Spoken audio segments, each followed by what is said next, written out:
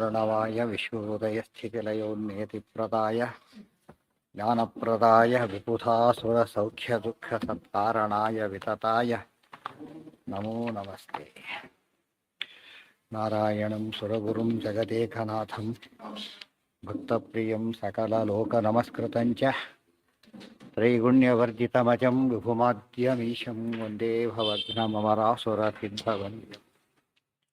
ಜಯತಿ ಹರಿರಚಿಂತ್ಯಃ ಸರ್ವದೇವೈಕವಂದ್ಯಃ ಪರಮಗುರುರಭೀಷ್ಟಾವಾಪ್ತಿದಃ ಸಜ್ಜನಾನಾಂ ನಿಖಿಲಗುಣಗಣಾರ್ಣೋ ನಿತ್ಯನಿರ್ಮುಕ್ತದೋಷಃ ಸರಸಿಜನಯನೋऽಸೌ ಶ್ರೀಪತಿರ್ಮಾನದೋ ನಃ.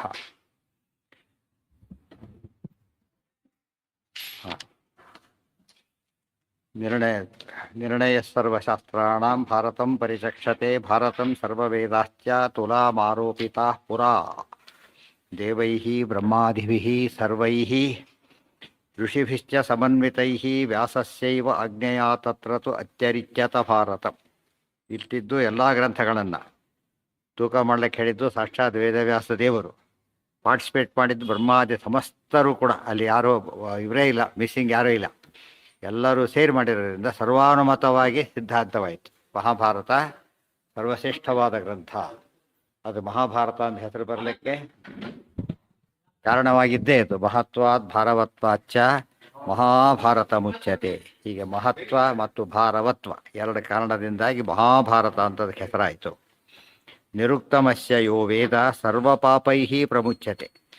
ಮಹಾಭಾರತಕ್ಕೆ ಮಹಾಭಾರತ ಅಂತ ಹೆಸರು ಯಾತಕ್ಕೆ ಬಂತು ಅಂತ ಯಾರು ತಿಳ್ಕೊಂಡು ಬಿಡ್ತಾರೆ, ಈ ಒಂದು ನಿರುಕ್ತಿಯನ್ನು ಯಾರು ತಿಳಿತಾರೆ, ಅವರು ಕೂಡ ಎಲ್ಲ ಪಾಪಗಳಿಂದ ಬಿಡುಗಡೆಯನ್ನು ಹೊಂದ. ಮುಚ್ಯತೆ ಪ್ರಮುಚ್ಯತೆ. ಮುಚ್ಯತೆ ಬಿಡುಗಡೆ ಹೊಂತಾರೆ, ಪ್ರಮುಚ್ಯತೆ ಪೂರ್ಣ ಬಿಡುಗಡೆ ಹೊಂದುತ್ತಾರೆ. ಪ್ರಕರ್ಷೇಣ ಅಂತ ಹೇಳಿದ್ರಿಂದ ಪೂರ್ಣ ಬಿಡುಗಡೆಯನ್ನು ಹೊಂದುತ್ತಾರೆ. ಯಾತಕ್ಕೆ ಮಹತ್ವ ಅಂತೇಳಿ ಇನ್ನು ಹೇಳ್ತಾರೆ. ನಿರ್ಣಯ ಸರ್ವಶಾಸ್ತ್ರಾಣಾಂ ಸದೃಷ್ಟಾಂತೋ ಹಿ ಭಾರತ. ಇನ್ನೊಂದು ಕಾರಣ, ಒಂದೊಂದೇ ಕಾರಣ ಕೊಡ್ತಾ ಹೊರತಾರೆ ಮಹಾಭಾರತ ಶ್ರೇಷ್ಠ ಅಂತ ಯಾತಕ್ಕೆ ಹೇಳೋದಕ್ಕೆ ಒಂದೊಂದೇ ಕಾರಣಗಳು. ಇನ್ನೊಂದು ಕಾರಣ ಏನು ಅಂದರೆ, ನಿರ್ಣಯ ಸರ್ವಶಾಸ್ತ್ರಾಣಾಂ ಸದೃಷ್ಟಾಂತೋ ಹಿ ಭಾರತೆ. ಭಾರತೆ ಮಹಾಭಾರತದಲ್ಲಿ ಸರ್ವಶಾಸ್ತ್ರಾಣಾಂ ನಿರ್ಣಯ, ಸಕಲ ಶಾಸ್ತ್ರಗಳ ನಿರ್ಣಯ ಸದೃಷ್ಟಾಂತಹ ನಿದರ್ಶನ ಸಮೇತವಾಗಿ ಬಂದಿದೆ. ಭಾಳ ಮುಖ್ಯವಾದ ಇನ್ನೊಂದು ಅಂಶ ಇದೆ. ಸರ್ವಶಾಸ್ತ್ರಾಣಾಂ, ಶಾಸ್ತ್ರಾಣಾಂ ಅಂದ್ರೇನು? ಶಾಸ್ತ್ರ ಗ್ರಂಥಗಳ ಅಥವಾ ಶಾಸ್ತ್ರೋಕ್ತ ಪ್ರಮೇಯಗಳ, ಶಾಸ್ತ್ರ ಏನೇನು ಪ್ರಮೇಯಗಳನ್ನು ಹೇಳಿದ್ದಾರೆ ಎಲ್ಲ ಪ್ರಮೇಯಗಳಿಗೂ ಕೂಡ ಮಹಾಭಾರತದಲ್ಲಿ ಸಂಗ್ರಹ ಇದೆ. ಜೊತೆಗೆ ದೃಷ್ಟಾಂತ ಇದೆ, ನಿದರ್ಶನವನ್ನು ಕೊಟ್ಟು ಹೇಳ್ತಾರೆ. ಎಕ್ಸಾಂಪಲ್ಸ್ ಕೊಟ್ಟು ಹೇಳಿದಾಗ ಏನಾಗುತ್ತಾಗ ಇನ್ನೂ ಗಟ್ಟಿಯಾಗುತ್ತೆ. ಅದಕ್ಕಾಗಿ ಮಹಾಭಾರತ ಈ ಕಾರಣಕ್ಕೂ ಶ್ರೇಷ್ಠ. ಅದು ಹೇಗೆ? ನಿರ್ಣಯ ಸರ್ವಶಾಸ್ತ್ರಾಣಾಂ ಸದೃಷ್ಟಾಂತಹ ಹಿ ಭಾರತೆ ಕೃತಃ. ಇದನ್ನು ವೇದವ್ಯಾಸರು ಮಾಡಿ ತೋರಿಸಿದ್ದಾರೆ. ವಿಷ್ಣುವಶತ್ವಂ ಹಿ ಬ್ರಹ್ಮಾದೀನಾಂ ಪ್ರಕಾಶಿತಂ. ಮೊದಲನೇ ಕಾರಣ ಯಾವುದೀಗ? ವಿಷ್ಣುವಶತ್ವಂ ಹಿ ಬ್ರಹ್ಮಾದೀನಾಂ ಪ್ರಕಾಶಿತಂ. ಬ್ರಹ್ಮಾದಿಗಳು ವಿಷ್ಣುವಿನ ವಶ ಅಂತಕ್ಕಂಥ ಅಂಶ ಸ್ಪಷ್ಟವಾಗಿ ಇದರಲ್ಲಿ ಪ್ರತಿಪಾದಿತವಾಗಿದೆ. ಎಲ್ಲಿ? ರಾಜಸೂಯಾಗ ಇತ್ಯಾದಿಗಳಲ್ಲಿ ಬ್ರಹ್ಮರುದ್ರಾದಿ ದೇವತೆಗಳೆಲ್ಲ ಬಂದಿದ್ರಾಗ ಆಗ ಪಿತಾಮಹ ಅಗ್ರಪೂಜಾರ್ಹ ಕೋತ್ರಲೋಕ ಸಮಾಗಮೇ, ಇಲ್ಲೆಲ್ಲ ಜನ ಸೇರಿದ್ದಾರೆ. ಇದರಲ್ಲಿ ಅಗ್ರಪೂಜೆಗೆ ಯಾರು ಅರ್ಹರು ಅಂತ ಕೇಳಿದಾಗ ಭೀಷ್ಮರು ಏನಂತ ಹೇಳಿದರು? ಕೃಷ್ಣಂ ಪೂಜ್ಯತಮಂ ಪ್ರಭುಂ, ಕೃಷ್ಣವೇ ಸರ್ವೋತ್ತಮ ಅಂತೇಳಿ. ಅದಕ್ಕೆ ಬ್ರಹ್ಮಾದೀನಾಂ ವಿಷ್ಣುವಶತ್ವಂ ಪ್ರಕಾಶಿತಂ. ಬ್ರಹ್ಮ ಮೊದಲಾದ ಸಮಸ್ತ ದೇವತೆಗಳು ಕೂಡ ವಿಷ್ಣುವಿನ ಅಧೀನಾಂಬ ತತ್ವ ಲೋಕದ ಕಣ್ಣಿಗೆ ಕಂಡಿದೆ. ಭಾರಿ ದೊಡ್ಡವರು ಅಂತ ಕೇಳಿದರು, ಅವರು ಬಂದರು, ಎಲ್ಲ ಎದ್ದು ದೊಡ್ಡವರಿಗೆ ನಮಸ್ಕಾರ ಮಾಡಿ ಹಾಕ್ಬಿಟ್ರು. ತಕ್ಷಣ ಓ ಹಾಗಿದ್ರೆ ಸರಿನೇ, ಅದು ಗಟ್ಟಿ ಆಯ್ತಾಗ. ಉದಾಹರಣೆಗೆ ಥರ ಪ್ರೆಸಿಡೆಂಟು ಪ್ರೈಮ್ ಮಿನಿಸ್ಟರ್ ಬಂದರೆ ಏನು ಮಾಡ್ತಾರಾಗ? ಇವ್ರು ಯಾವುದೇ ಪಾರ್ಟಿ ಚೀಫ್ ಮಿನಿಸ್ಟರ್ ಆದರೂ ಹೋಗ್ಬೇಕಲ್ಲಿ. ಯಾವ ಪಾರ್ಟಿ ಪ್ರೆಸಿಡೆಂಟು, ಯಾವ ಪಾರ್ಟಿ ಬರಲ್ಲ, ಯಾವ ಪಾರ್ಟಿ ಪ್ರೈಮ್ ಮಿನಿಸ್ಟರ್ ಅಲ್ಲ, prime minister of the country. ಅದೇ ರೀತಿ chief minister of the state ಅಷ್ಟೇ. ಇವನ ಕೆಲಸ ಏನು? ಹೋಗಿ ಸ್ವಾಗತ ಮಾಡಲೇಬೇಕು, ಗೌರವ ಕೊಡಲೇಬೇಕು. ಯಾಕೆ? ಪ್ರೈಮ್ ಮಿನಿಸ್ಟರ್ ಪೋಸ್ಟ್ ಏನದು? ಎಲ್ಲ ಚೀಫ್ ಮಿನಿಸ್ಟರ್ಗಳು ಹೆಡ್ ಆಗಿರೋದ್ರಿಂದ ಗೌರವ ಕೊಡಲೇಬೇಕು. ಆದ್ದರಿಂದ ಬ್ರಹ್ಮಾದಿಗಳೆಲ್ಲ ವಿಷ್ಣುವಿನ ವಶ ಅನ್ನೋದು ಒಂದೆರಡು ಸರ್ತಿ ಅಲ್ಲ, ಅನೇಕ ಸರ್ತಿ ಪೂರ್ವವಾಗಿದೆ. ಆ ದೃಷ್ಟಿಯಿಂದ ಇದು ಕೇಳಿದವರಿಗೆ ಏನರ್ಥ? ಬ್ರಹ್ಮಾದಿಗಳಿಂದ ನಾರಾಯಣ ಶ್ರೇಷ್ಠ ಅಂತ ಕೇಳಿದರು. ಇವ್ರು ಕಣ್ಣಾರೆ ಕಂಡ್ರು. ಅವಾಗ ಏನಾಯ್ತು? ಅವರಿಗೆ ವಿಷಯ ಜಾಸ್ತಿ ಆಯ್ತು, ಕನ್ಫರ್ಮ್ ಆಯ್ತು. ಅದಕ್ಕಾಗಿ ಕೃತೋ ವಿಷ್ಣುವಶತ್ವಂ ಹಿ ಬ್ರಹ್ಮಾದೀನಾಂ ಪ್ರಕಾಶಿತಂ. ಇದು ಇನ್ನೊಂದು. ಅಲ್ಲಿ ಹೇಗೆ? ಯತಃ ಕೃಷ್ಣವಸೇ ಸರ್ವೇ ಭೀಮಾದ್ಯಾಹ ಸಮ್ಯಗೀರಿತಾಃ ಸರ್ವೇಷಾಂ ಜ್ಞಾನದೋ ವಿಷ್ಣು ಯಶೋದಾತೇತಿ ಚೋದಿತಃ ಯತಃ ಕೃಷ್ಣವಸೆ ಸರ್ವೇ ಭೀಮಾದ್ಯಾಃ ಸಮ್ಯಕ್ ಈರಿತಾಃ ಸರ್ವೇಷಾಂ ಜ್ಞಾನದಃ ವಿಷ್ಣು ಯಶೋದಾತ ಇತಿ ಚ ಉದಿತಃ ಯತಃ ಕೃಷ್ಣವಸೆ ಸರ್ವೇ. ಈಗ ಇನ್ನೊಂದು ಅಂಶ ತಗೊಂಬಡಿ. ಇದಿಷ್ಟು ವಿಷ್ಣು ಕೃಷ್ಣನಿಗೆಲ್ಲ ಬ್ರಹ್ಮಾದಿಗಳು ಮಾಡಿದ್ದೆಲ್ಲ ಒಂದು ಅಂಶ. ಆದರೆ ಇನ್ನೊಂದು ಯಾವುದು? ಭೀಮಾದ್ಯಾಹ ಸರ್ವೇ, ಭೀಮ ಮೊದಲಾದ ಎಲ್ಲರೂ ಕೂಡ ಕೃಷ್ಣವಸೆ, ಕೃಷ್ಣನ ವಶದಲ್ಲಿದ್ದಾರೆ ಅಂಥೇಳಿ ಸಮ್ಯಕ್ ಈರಿತಃ ಮಹಾಭಾರತ ಸ್ಪಷ್ಟವಾಗಿ ತಿಳಿಸಿಕೊಟ್ಟಿದ್ದಾರೆ. ಭೀಮನ ವಶದಲ್ಲಿ ಎಲ್ಲರೂ ಇದ್ದಾರೆ ಅಂತ. ಭೀಮ ಯಾರ ವಶದಲ್ಲಿದ್ದಾನೆ? ಕೃಷ್ಣ ವಶದಲ್ಲಿದ್ದಾನೆ. ಅಂದಮೇಲೆ ಯಾರು ಸರ್ವೋತ್ತಮರೀಗ? ಕೃಷ್ಣ. ಎಲ್ಲರ ವಶದಲ್ಲಿ ಇಟ್ಕೊಳ್ತಕ್ಕಂಥ ಭೀಮ ಜೀವೋತ್ತಮ. ಆ ಭೀಮನನ್ನು ಸೇರಿ ಎಲ್ಲರ ವಶದಲ್ಲಿ ಇಟ್ಕೊಂಡಿರೋ ಕೃಷ್ಣ ಸರ್ವೋತ್ತಮ ಗೊತ್ತಾಗೋದ್ರಿಂದ ಸ್ಪಷ್ಟ ತಿಳಿತಾ ಇದೆ. ಎಲ್ಲಿ? ನಾರಾಯಣ ಅಸ್ತ್ರ ಬಂತಾಗ ಬೇರೆ ಯಾರು ಎದುರಿಸಲಿಲ್ಲ. ಭೀಮಸೇನ ಎದುರಿಸಿದ್ದು ಕೃಷ್ಣ ಭೀಮಸೇನನ್ನು ಎತ್ತಿ ಕೆಳಗಿಟ್ಟಿತ್ತು. ಇದು ಏನು ತೋರಿಸ್ತಾ ಇದೆ?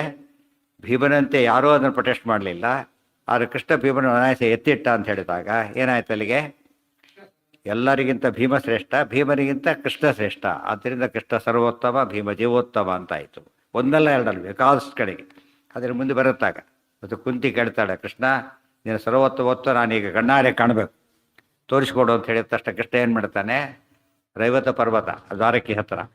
ಆಗ ಎಲ್ಲರಿಗೂ ಕೃಷ್ಣ ಹೇಳ್ತಾನೆ, ನನ್ನ ಮೇಲೆ ಯಾರು ಯುದ್ಧಕ್ಕೆ ಬರಬೇಕು, ಎಲ್ಲ ಕೂಡ ಎಲ್ಲರೂ ಯುದ್ಧಕ್ಕೆ ಬರಬೇಕು, ನಾನು ಅಪ್ಪಣೆ ಈ ಕಾಲಕ್ಕೆ ಬರಬೇಕು.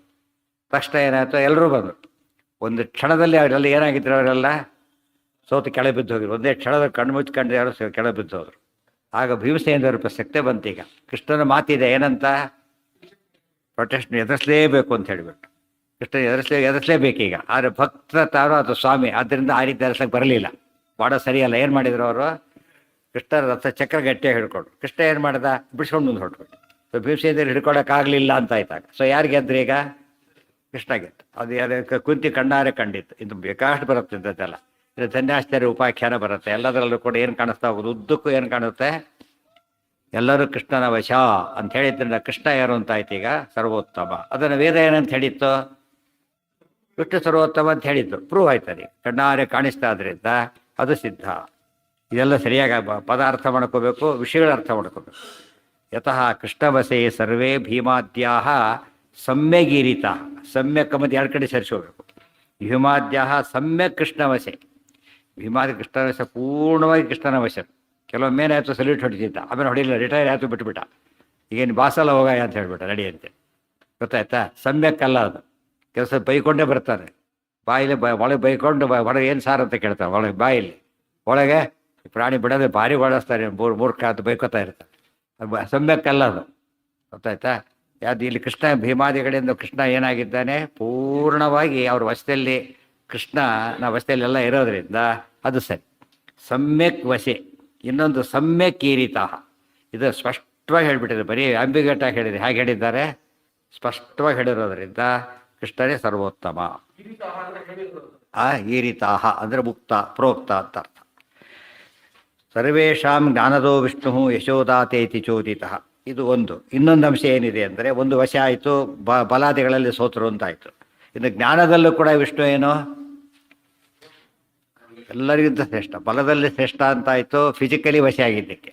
ಜ್ಞಾನದಲ್ಲಿ ಶ್ರೇಷ್ಠ ಅಂತಾಯಿತು. ಯಾಕೆ ಅಂದರೆ ಜ್ಞಾನದಾತ, ಜ್ಞಾನದಹ. ಎಲ್ಲರಿಗೂ ಕೂಡ ಕೃಷ್ಣ ಏನಾಗಿದ್ದಾನೆ? ಜ್ಞಾನ ಕೊಟ್ಟಿದ್ದಾನೆ. ಎಲ್ಲಿ ಕೃಷ್ಣ ಜ್ಞಾನ ಕೊಟ್ಟ ಅಂದರೆ ವೇದವ್ಯಾಸ ರೂಪದಿಂದ ಜ್ಞಾನ ಕೊಟ್ಟ. ವೇದವ್ಯಾಸ ರೂಪದಿಂದ ಅಲ್ಲಿದೆ, ಯೇ ಹಿ ದೇವಾ ಪೃಥಿವೀಂ ಗತಾಸ್ತೆ ಸರ್ವೇ ಶಿಷ್ಯಾ ಸತ್ಯವತಿ ಸುತಸ್ಯ. ಯಾರ್ಯಾರು ಭೂಮಿಯಲ್ಲಿ ಅವತಾರ ಮಾಡಿ ಬಂದಿರೋ ದೇವತೆಗಳು ಅವರೆಲ್ಲ ಯಾರ ಶಿಷ್ಯರು? ಶಿಷ್ಯರು. ಅಂದಮೇಲೆ ಎಲ್ಲರಿಗೂ ಜ್ಞಾನ ಕೊಟ್ಟಿದ್ದು ಯಾರೀಗ? ವೇದವ್ಯಾಸರು. ಆತ ಯಾರು? ನಾರಾಯಣ. ಅಂದಮೇಲೆ ಯಾರು ಸರ್ವೋತ್ತಮ? ನಾರಾಯಣ ಸರ್ವೋತ್ತಮ. ಸೊ ಬಲದಲ್ಲಿ ಕೃಷ್ಣ ಸರ್ವೋತ್ತಮತ್ವ, ಜ್ಞಾನದಲ್ಲಿ ವಿಷ್ಣು ಸರ್ವೋತ್ತಮತ್ವ. ಸರ್ವೇಷಾಂ ಜ್ಞಾನದೋ ವಿಷ್ಣು. ಅದೇ ಯಸ್ಮಾತ್ ಬ್ರಹ್ಮೇಂದ್ರ ರುದ್ರಾದಿ ದೇವತಾನಾಂ ಶ್ರೇಯೋಪಿ ಚ ಜ್ಞಾನಸ್ಫೂರ್ತಿ ಸದಾ ತಸ್ಮೈ ಹರಯೇ ಗುರವೇ ನಮಃ. ಅದೇ ವ್ಯಾಸೋಚ್ಚಿಷ್ಟಂ ಜಗತ್ಸರ್ವ. ಆದ್ದರಿಂದ ಎಲ್ಲರಿಗೂ ವೇದವ್ಯಾಸರು ಗ್ರಂಥ ಬರೆದು ಗುರುಗಳು, ಪಾಠ ಹೇಳಿ ಗುರುಗಳು, ಎರಡೆರಡು ಗುರುಗಳು. ಎಷ್ಟೊತ್ತತ್ತೆ ಬೇಷರು ಪಾಠ ಮಾಡ್ತಾರೆ. ಅವರೇ ಟೆಕ್ಸ್ಟ್ ಬುಕ್ ಬರೆದವರಲ್ಲ, ಪಾಠ ಮಾಡ್ತಾರೆ. ಅಷ್ಟಕ್ಕೂ ಏನು ಬಂತು ಅವ್ರಿಗೀಗ? ಟೀಚರ್ ಅಂತ ಹೆಸರು ಬಂದುಬಿಡ್ತು. ಅವನೇ ಪುಸ್ತಕನೂ ಬರೆದಿದ್ದಾನೆ, ಪಾಠನೂ ಮಾಡ್ತಾನೆ. ಏನಾಯ್ತು ಈಗ? ಡಬಲ್ ಗುರುತ್ವ ಬಂತು. ಇವು ಜಯತೀರ್ಥರ ಮೆದುರಿಗಿಲ್ಲ, ಇವತ್ತು ರಾಯರ ಮೆದುರಿಗಿಲ್ಲ. ಅವ್ರ ಗ್ರಂಥ ಓದ್ತಾ ಇದ್ದೇವೆ, ನಮಗೆ ಡೈರೆಕ್ಟ್ ಪಾಠ ಹೇಳ್ತಾ ಇಲ್ಲ ಅವ್ರೀಗ. ಅವ್ರ ಗ್ರಂಥ ಓದ್ತಾ ಇದ್ದೇವೆ. ಸೊ ಅವ್ರು ಏನಾದ್ರೆ ನಮಗೀಗ ಗುರುಗಳಾದ್ರಿ. ಯಾರ ಗ್ರಂಥ ಓದ್ತೇವೋ ಅವ್ರು ನಮಗೆ ಗುರುಗಳಾಗ್ತಾರೆ. ಗೊತ್ತಾಯ್ತಾ? ವಿಷಯ ತಿಳ್ಕೊಳ್ಳೋದಕ್ಕೆ ಓದೋದು ಬೇರೆ, ಪರೀಕ್ಷೆ ಮಾಡೋದು. ಬೆಸ್ಟ್ ಉದಾಹರಣೆ ಏನು ಮಾಡ್ತಾರೆ, ಸ್ಟೂಡೆಂಟ್ಸ್ ಪೇಪರ್ಸ್ ಎಲ್ಲ ಓದ್ತಾರೆ. ಸ್ಟೂಡೆಂಟ್ಸಿಂದ ತಿಳ್ಕೊಳ್ಳೋಕೆ ಹೊಟ್ಟಿಲ್ಲ ಆತ ಏನು ಮಾಡ್ತಿದ್ದಾನೆ, ವ್ಯಾಲಿಯೇಟ್ ಮಾಡ್ತಿರೋದ್ರಿಂದ ಅದನ್ನೇನಿಲ್ಲ, ಆತ ಅವರು ಶಿಷ್ಯನೇ ಗುರು, ಇವನು ಶಿಷ್ಯ ಆಗಲಿಲ್ಲ. ಅದ್ರ ಪುಸ್ತಕ ಓದಿ ತಿಳ್ಕೊತಾರೆ. ಅವಾಗ ಏನಾಯ್ತು, ಈಗ ಜ್ಞಾನ ಬಂತು ತಕ್ಷಣ ಏನು ಬಂತಾಗ ಗುರುತ್ವ ಬಂತು. ಇದು ಅರ್ಥ ಮಾಡ್ಕೊಂಡು ತುಂಬ ಜನ ಇರ್ತಾರೆ, ನಮಗೇನು ಏತಿತ್ತು ಗುರುಗಳಲ್ಲಿ ಎದುರಿಗೆ ಪಾಠ ಹೇಳಿಕೊಟ್ಟಿಲ್ವಲ್ಲ ಅವರು, ಈ ಥರ ಮಾಡ್ತಾರೆ. ತಪ್ಪದು. ಯಾರು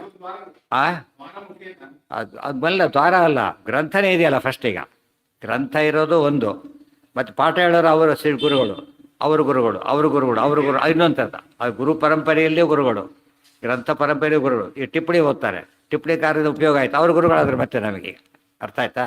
ಯಾರಿಗಂತ ನಾವು ಪ್ರಯೋಜನ ಪಡಿತೇವೋ ಅವ್ರು ನಮಗೇನಾಗ್ತಾರಾಗ ಗುರುಗಳಾಗಲೇಬೇಕು. ಇಲ್ಲವ್ರು ಓದೋದಿಲ್ಲ, ಅದು ಬಿಟ್ಬಿಡ್ಬೇಕಾಗ ಬಿಟ್ಟರೆ ಏನಾಗುತ್ತಾಗ ಜ್ಞಾನ ಅಷ್ಟು ವಿಷಯ ಮಿಸ್ ಆಗುತ್ತೆ. ಆ ದೃಷ್ಟಿಯಲ್ಲಿ ಈ ವೇದವ್ಯಾಸರ ಗ್ರಂಥನ ಉದಾಹರಣೆಗೆ ಆಚಾರ್ಯ ಗ್ರಂಥಗಳನ್ನು ಜಯತೀರ್ಥರೆಲ್ಲ ಓದ್ತಾರೆ. ಜಯತೀರ್ಥ ರಾಯರು ವ್ಯಾಸರ ಅಂಥವರೆಲ್ಲ ಓದ್ತಾರೆ. ಆದರೆ ಆ ಜಯತೀರ್ಥ ಗ್ರಂಥ ಆಚಾರ್ಯ ಓದ್ಬೇಕು ತಿಳ್ಕೊಬೇಕಾಗಿಲ್ಲ. ಯಾಕೆ ಅವ್ರಿಗಂತಾನೆ ಇವ್ರು ಇಟ್ಕೊಂಡೇ ಬರೀತಾ ಇರೋರು. ಅಂದರೆ ಅಲ್ಲಿ ಏನಾಯ್ತು, ಈಗ ಜಯತೀರ್ಥರಿಗೆ ಇವರೆಲ್ಲರ ಗುರುತ್ವ ಬಂತು, ಆಚಾರ್ಯರಿಗೆ ಜಯತೀರ್ಥ ಗುರುತ್ವ ಬಂತು, ವೇದವ್ಯಾಸರಿಗೆ ಆಚಾರ್ಯ ಗುರುತ್ವ ಬಂತು. ವೇದವ್ಯಾಸರಿಗೆ ಯಾರು ಶಿಷ್ಯರು ಅಲ್ಲ, ಆದ್ದರಿಂದ ಅವರು ಗುರುತಮ ಮಗುರುಂ ದೇವದೇವಂ ನಮಾಮಿ.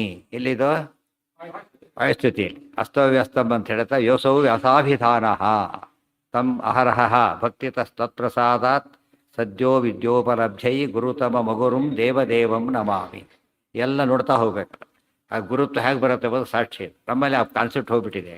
ಪಾಠ ಹೇಳಿದರೆ ಗುರುಗಳು, ಅದು ಅಷ್ಟೇ ಅಲ್ಲ, ಆ ಇನ್ನೊಬ್ಬರನ್ನು ಬೈದು ಬಿಟ್ಟರೆ ಇವ್ರ ಗುರುತ್ವ ಇನ್ನೂ ದೊಡ್ಡದಾಗ. ಇವ್ರು ಉಳಿದವರೆಲ್ಲ ಬೈದುಬಿಟ್ರೆ ನಮ್ಮ ಗುರುಗಳೇ ಶ್ರೇಷ್ಠದ ಪ್ರಶ್ನೆ ಬೇರೆ, ಗುರುತ್ವದ ಪ್ರಶ್ನೆ ಬೇರೆ, ತಾರತಮ್ಯ ಬೇರೆ, ಅಹಂಕಾರ ಬೇರೆ. ಗೊತ್ತಾಗಿದೆ ಅಂತ ಯಾವಾಗಲೂ ಕೂಡ ಏನು ಮಾಡಬೇಕಂದ್ರೆ, ರಾಯರ ಗ್ರಂಥನೂ ಓದಿದ್ದೇವೆ, ಜಯತೀರ್ಥ ಗ್ರಂಥನೂ ಓದಿದ್ದೇವೆ. ಆದರೆ ರಾಯರಿಗೆ ಜಯತೀರ್ಥರು ಗುರುಗಳಾದ್ದರಿಂದ ಜಯತೀರ್ಥರು ಇನ್ನೂ ದೊಡ್ಡ ಗುರುಗಳಾದ್ರು. ಆ ರೀತಿ ಇರಬೇಕೆ ಹೊರತು ನಾವೇನು ಜಯತೀರ್ಥ ಅಂತ ಡೈರೆಕ್ಟ್ ಓದಿಲ್ವಲ್ಲ, ಅದು ಆ ರೀತಿ ಹೇಳಾಗಿಲ್ಲ. ಮತ್ತೆ ಈ ದೃಷ್ಟಿಯಿಂದ ಗುರುತ್ವದ ವಿಷಯ ತುಂಬ ದೊಡ್ಡದು. ಅದನ್ನು ಹೇಳೋದಕ್ಕೆ ವೇದವ್ಯಾಸ ದೇವರ ಶಿಷ್ಯರಾಗದೇ ಇದ್ದವರೇ ಇಲ್ಲ ಅಂತ ಹೇಳಿದ ಮೇಲೆ ಅವ್ರ ಗ್ರಂಥ ಓದ್ದೆ ಹೋದರೆ ಜ್ಞಾನ ಬರೋದಿಲ್ಲ, ಬ್ರಹ್ಮಸೂತ್ರ ಓದ್ದೆ ಹೋದರೆ ಜ್ಞಾನ ಬರೋದಿಲ್ಲ. ಆಮೇಲೆ ಅವ್ರು ಹೇಳದೆ ಹೋದರೆ ಬ್ರಹ್ಮಾದಿಗಳಿಗೂ ಜ್ಞಾನ ಬರೋದಿಲ್ಲ. ಜ್ಞಾನ ಏನು ಮಾಡ್ತಾರೋ ಜ್ಞಾನವನ್ನು ಪ್ರಕಟಪಡಿಸ್ತಾರೆ ಅವ್ರ ಮೂಲಕ ಇದ್ದಾದರೆ, ಉದ್ಬೋಧನೆ ಮಾಡಿಸೋದ್ರಿಂದ ಅಲ್ಲೂ ಗುರುತ್ವ ಬಂತು. ಹೀಗೆ ಸರ್ವೇಷಾಂ ಜ್ಞಾನದೋ ವಿಷ್ಣು. ಇವತ್ತು ಲೋಕದ ಯಾವ ಗುರುಗಳು ಕೂಡ ಒಳಗೆ ನಿಂತು ಪ್ರೇರೇಪಣೆ ಮಾಡೋದಿಲ್ಲ. ತುಂಬ ಹೇಳ್ತಾರೆ, ತಿಳಿದು ಹೋದ್ರೆ ಹಾಳಾಗಿ ಹೋಗಿ ನಾನೇ ಮಾಡಲಿ ಅಂತ ಹೇಳ್ಬಿಡ್ತಾರೆ. ದೇವ್ರು ಹಾಗಲ್ಲ, ಏನು ಮಾಡ್ತಾರೆ, ಒಳಗಿದ್ದು ತಿಳಿಸ್ತಾರೆ. ಅದು ಹೊರಗಿದ್ದು ಪಾಠ ಮಾಡ್ತಾನೆ, ಒಳಗಿದ್ದು ಬುದ್ಧಿಯಲ್ಲಿದ್ದು ತಿಳಿಸ್ತಾನೆ. ಯೋನಃ ಪ್ರಚೋದಯ. ದೇವರ ಗುರುತ್ವ ಎಂಥದ್ದು, ಊಹೆ ಮಾಡಲಿಕ್ಕೆ ಸಾಧ್ಯವಿಲ್ಲದ ಗುರುತ್ವ ಅದು. ಅದಕ್ಕಾಗಿ ಸರ್ವೇಷಾಂ ಜ್ಞಾನದೋ ವಿಷ್ಣು ಯಶೋದಾತ. ಆಮೇಲೆ ಯಶೋದಾತ, ಕೀರ್ತಿ ಕೊಡ್ತಾನೆ ಪರಮಾತ್ಮ. ಕೀರ್ತಿ ಕೊಡೋ ದೃಷ್ಟಿಯಿಂದ ಕೂಡ ಜ್ಞಾನ ಕೊಡ್ತಾನೆ, ಜ್ಞಾನಿಗಳು ಅಂತ ಹೆಸರು ತಂದು ಕೊಡ್ತಾನೆ. ಮತ್ತೆ ಬಲ ಕೊಡ್ತಾನೆ, ಬಲಿಷ್ಠರು ಅಂತ ಹೆಸರು ತಂದು ಕೊಡ್ತಾನೆ. ಎರಡೆರಡು. ಆ ದೃಷ್ಟಿಯಿಂದ ಕೂಡ ಏನಾಯ್ತು ಅಲ್ಲಿಗೆ ಯಶೋದಾತ. ಇವತ್ತು ಉದಾಹರಣೆಗೆ ಧೇನುಕಾಸುರ ಮೊದಲ ಕೃಷ್ಣ ತಾನೇ ಕೊಂದುಬಿಟ್ಟಿದ್ದರೆ ಬಲರಾಮ ದೇವರಿಗೆ ಏನು ಬರ್ತಿದ್ದಿಲ್ಲ, ಕೀರ್ತಿ ಬರ್ತಿರ್ಲಿಲ್ಲ.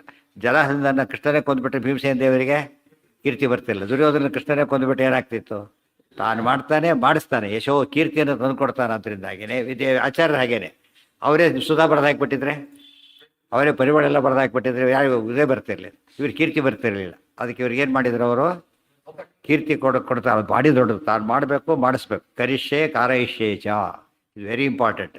ನಾವು ಮಾಡಿಸೋದು ಪಾರ್ಟ್ ಎ, ಮಾಡೋದು ಪಾರ್ಟ್ ಎ, ಮಾಡಿಸೋದು ಪಾರ್ಟ್ ಬಿ. ಇವತ್ತು ಮಾಡದೇ ಇರೋದು ಪಾರ್ಟ್ ಎ, ಇನ್ನೊಬ್ರು ಬಿಡಿಸೋದು ಪಾರ್ಟ್ ಬಿ. ಇವತ್ತು ಎರಡೂ ಮಾಡ್ತಾರೆ. ಆ ಗುರುತ್ವ ಎಲ್ರಿಗೂ ಇರ್ತದೆ ಅಷ್ಟೇ. ಬಿಡಿಸೋದ್ರಲ್ಲಿ ಗುರುತ್ವ ಇರಬಾರ್ದು, ಹಿಡಿಸೋದ್ರಲ್ಲಿ ಇರಬೇಕು, ತಿಳಿಸೋದ್ರಲ್ಲಿ ಇರಬೇಕು. ಅನ್ಯಥಾ ಕರ್ತು ಅದು ಒಂದು. ಇನ್ನೊಂದಿದೆ, ಅದರಲ್ಲಿ ಸೌಂಡ್ ಬರೀತಾರೆ, ಕಾರ ಇತು, ಅನ್ಯಥಾ ಕಾರ ಇತು, ಅಕಾರ ಇತು. ಮಾಡಿಸಬಲ್ಲ, ಮಾಡಬಲ್ಲ, ಮಾಡಿಸಬಲ್ಲ. ಆಮೇಲೆ ಮಾಡಿಸಬಲ್ಲ, ಮಾಡಿಸದೇ ಇರಬಲ್ಲ. ಅದೇ ರೀತಿಯಲ್ಲಿ ಮಾಡಬಲ್ಲ, ಮಾಡದೇ ಇರಬಲ್ಲ. ಎರಡೆರಡು. ಮಾಡಬಲ್ಲ, ಮಾಡದೇ ಇರಬಲ್ಲ, ಮಾಡಿಸಬಲ್ಲ, ಮಾಡಿಸದೇ ಇರಬಲ್ಲ. ಇದು ದೇವರ ವಿಶಿಷ್ಟವಾದ ಮಹಿಮೆ. ತಾನು ಮಾಡ್ತಾನೆ ಎಂಬುದು ಒಂದು ಹಿರಿಮೆ, ಮಾಡಿಸೋದು ಇನ್ನೊಂದು. ಅದೇನದು ಈಶಿತ್ವ, ವಶಿತ್ವ. ತಾನು ಮಾಡ್ತಾನೆ ಸಮರ್ಥ, ಇನ್ನೊಬ್ರ ಕೈ ಮಾಡ್ತಾನೆ ವಶಿತ್ವ ಇಟ್ಕೊಂಡಿದ್ದಾನೆ. ಅದು ಅದೇ ಬಂದಿದೆ ಪದ. ಈಗ ಕೃಷ್ಣ ವಶೇ ವಶತ್ವಂ ಅಂತ ಬಂತಲ್ಲ ಮೇಲೆ, ಕೃತೋ ವಿಷ್ಣುವಶತ್ವಂ ಹಿ ಬ್ರಹ್ಮಾದೀನಾಂ ಪ್ರಕಾಶಿತಂ ಯತಃ ಕೃಷ್ಣವಶೇ ಸರ್ವೇ ಭೀಮಾದ್ಯಾಃ ಸಮ್ಯಗೀರಿತಾಃ ಸರ್ವೇಷಾಂ ಜ್ಞಾನದೋ ವಿಷ್ಣು ಯಶೋದಾತೇತಿ ಚೋದಿತಃ. ಅದು ಧನ್ಯಾಶ್ಚರ್ಯ ಉಪಾಖ್ಯಾನ ಬಂದಾಗ ನಾರದರು ಕೃಷ್ಣನಿಗೆ ಕೊಟ್ಟರು, ಧನ್ಯ ಆಶ್ಚರ್ಯ ಅಂದರು. ಕೃಷ್ಣ ದಕ್ಷಿಣಾಭಿಸ್ತಾಕಂ ಅಂತ ಹೇಳಿದ. ಎಲ್ಲರೂ ಕೇಳಿ ಏನಿದು ಅವ್ರು ಹೇಳಿದ್ದೇನು ನೀವು ಹೇಳಿದ್ದೇನು ಏನು ಅರ್ಥನೇ ಆಗಲಿಲ್ಲ. ಕೃಷ್ಣ ಏನು ಮಾಡಿದಾಗ ನಾರದರೆ ನೀವು ಹೇಳ್ರಿ ಅಂತ ಹೇಳಿದ್ರು. ಕೃಷ್ಣ ತಾನೇ ಹೇಳಿಬಿಟ್ಟಿದ್ರೆ ನಾರದ ಮೂಲಕ ಹೇಳಿಸ್ತ ನಾರದರಿಂದ ಪ್ರಸಾರಕ್ಕೆ ಬಂತು. ಇದೆಲ್ಲ ಅರ್ಥ ಮಾಡಿಕೊಂಡ್ರೆ ದೇವ್ರು ಹೇಗೆ ಕೀರ್ತಿ ಕೊಡ್ತಾನೆ ಎಂಬುದಕ್ಕೂ ಸಾಕ್ಷಿ. ಇವತ್ತು ಕೀರ್ತಿಯನ್ನು ತಾವೇ ತೊಗೊಳಕ್ಕೆ ಬರೋಕ್ಕೆ ಸಾಧ್ಯನೇ ಇಲ್ಲ. ಯಾರಿಗೆ ಬರಬೇಕದು? ಅನುಗ್ರಹ ಮಾಡಿದರೆ ಉಂಟು, ಇಲ್ಲದೆ ಹೋದ್ರಿಲ್ಲ. ಯತಃ ಕೃಷ್ಣವಶೇ ಸರ್ವೇ ಭೀಮಾದ್ಯಾಃ ಸಮ್ಯಗೀರಿತಾಃ ಸರ್ವೇಷಾಂ ಜ್ಞಾನದೋ ವಿಷ್ಣು ಯಶೋದಾತೇತಿ ಚೋದಿತಃ. ಇದು ಚೋದಿತಃ ಅಂದರೆ ಯತಿ ಚ ಉದಿತಃ. ಉದಿತಃ ಅಂದರೆ ಉಕ್ತಃ ಅಂತ. ಈ ರೀತಿ ಇದನ್ನೂ ಸಹ ಹೇಳಿದ್ದಾರೆ. ಬಲದಾತ, ಜ್ಞಾನದಾತ, ಯಶೋದಾತ, ಈ ಎಲ್ಲ ದೃಷ್ಟಿಯಿಂದನೂ ದೇವರು ಇಷ್ಟೇ ಅಲ್ಲ, ಏನಾಗುತ್ತೋ ಅದಿಷ್ಟು ಕೂಡ ಯಾರಿಂದ ಬರೋದು? ತೇನ ವಿನ ತೃಣಮಪಿನ ಚಲತಿ. ಆದ್ದರಿಂದ ಪ್ರತಿಯೊಂದು ದೇವರಿಂದಾನೆ. ಯಸ್ಮಾತ್ ಅದು ದೃಷ್ಟಾಂತ ಕೊಟ್ಟರೆ, ಯಸ್ಮಾತ್ ವ್ಯಾಸಾತ್ಮನ ತೇಷಾಂ ಭಾರತೆ ಯಶ ಊಚಿವಾನ್. ಯಸ್ಮಾತ್ ವ್ಯಾಸಾತ್ಮನ ತೇಷಾಂ ಭಾರತೆ ಯಶ ಊಚಿವಾನ್ ಜ್ಞಾನದಶ್ಚ ಶುಕಾದೀನಾಂ ಬ್ರಹ್ಮರುದ್ರಾದಿರೂಪಿಣಾಂ. ಯಸ್ಮಾತ್ ವ್ಯಾಸಾತ್ಮನ ತೇಷಾಂ ಭಾರತೆ ಯಶಃ ಊಚಿವಾನ್. ಮತ್ತು ವ್ಯಾಸರೂಪದಿಂದ ಹೇಳಿದರು ಮತ್ತು ಹೇಳಿಸಿದರು. ಆದ್ದರಿಂದ ಕೀರ್ತಿಯನ್ನು ತಂದುಕೊಟ್ರು. ಶುಕಾಚಾರ್ಯ ಭಾಗವತ ಪ್ರವರ್ತಕರು ಅಂತ ಹೆಸರು ಬಂದುಬಿಡುತ್ತೆ. ಅವರೇ ಅಲ್ಲೇ ಕೂತಿದ್ದಾರೆ. ವೈಶಂಪಾಯನರು ವೇದವ್ಯಾಸರು ಕೂತಿದ್ದಾರೆ, ವೈಶಂಪಾಯನರಿದ್ದಾರೆ. ಅದು ಪ್ರಶ್ನೆ ಕೇಳಿದಾಗ ಏನು ಮಾಡಿದರು? ಜನ್ಮೇಜಯ ಕೇಳಿದ ತಕ್ಷಣ ವೈಶಂಪ ನೀವು ಹೇಳಿ ಅಂತ ಹೇಳಿದರು. ಅದು ಇಡೀ ಮಹಾಭಾರತ ಏನಂತ ಶುರು ಬರುತ್ತೆ? ಜನ್ಮೇಜಯ ವಾಚ ವೈಶಂಪಾಯನ ವಾಚ. ಅವರೇ ಹೇಳಿ ವೇದವ್ಯಾಸ ಅಲ್ಲೇ ಇದ್ದಾರೆ, ಅವರೇ ಹೇಳಿಬಿಟ್ರೆ ಬೋದು ಹೋಗ್ತಾ ಇತ್ತು. ಗೀತಾನು ಅಷ್ಟೇ ಏನು ಮಾಡ್ಬೋದಾಗಿತ್ತು? ತಾವೇ ಹೇಳಿದ್ರೆ ಸಂಜಯನ ಕೈಲಿ ಹೇಳಿಸಿದ್ರು. ಸಂಜಯ ವಾಚ ಅಥವಾ ಸಂಜಯ ವ್ಯಾಸಪ್ರಸಾದ ಅಂತ ಹೇಳಿದ ಮುಂದೆ. ಇದೆಲ್ಲ ಅರ್ಥ ಮಾಡಿಕೊಂಡ್ರೆ ತಾವು ಹೇಳಿದರು ಶುಕಾಚಾರ್ಯ ಕೈಲಿ ಭಾಗವತ. ಅದೇ ರೀತಿ ಯಾರ್ಯಾರು ವ್ಯಾಸ ಶಿಷ್ಯರಿದ್ದಾರೆ, ಬ್ರಹ್ಮಸೂತ್ರ ಇದೆ, ಇದು ಜೈಮಿನಿಹಿ, ಇದು ಬಾದರಿಹಿ. ಶಿಷ್ಯರ ಹೆಸರು ಕೋಟ್ ಮಾಡ್ತಾರೆ, ಶಿಷ್ಯರ ಹೆಸರನ್ನು.